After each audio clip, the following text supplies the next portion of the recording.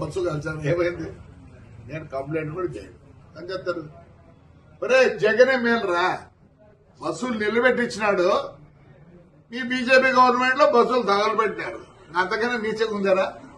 ఏమైంది?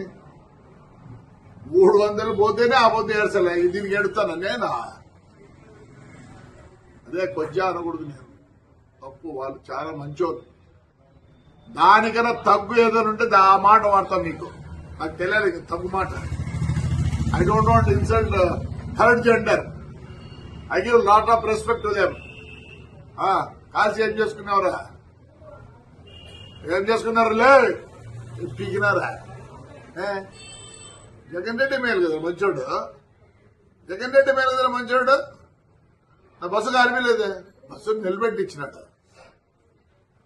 నిలబెడితే ఆ పొద్దు 10 లక్షలు పోయేది, ఇప్పుడు 6 లక్షలు పోతుంది. మీరు చేతగాని నాకు కొడకల్లారా, చేతగాని నాకు కొడకల్లారా అంటారా? ఏం పిస్తారా? మళ్ళీ ఇంకో బస్సు కాస్తారా? కలిసిపో. వరుసగా పెట్టినాడు.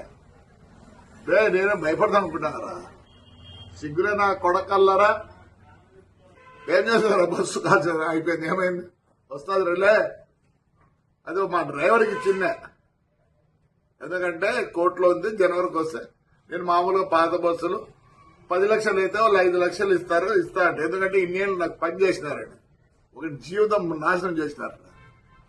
ఏమైందిరా? చెప్తేనే థర్డ్ జెండర్ తగ్గు నా కొడుకులు. షార్ట్ సర్క్యూట్ కాదు అది.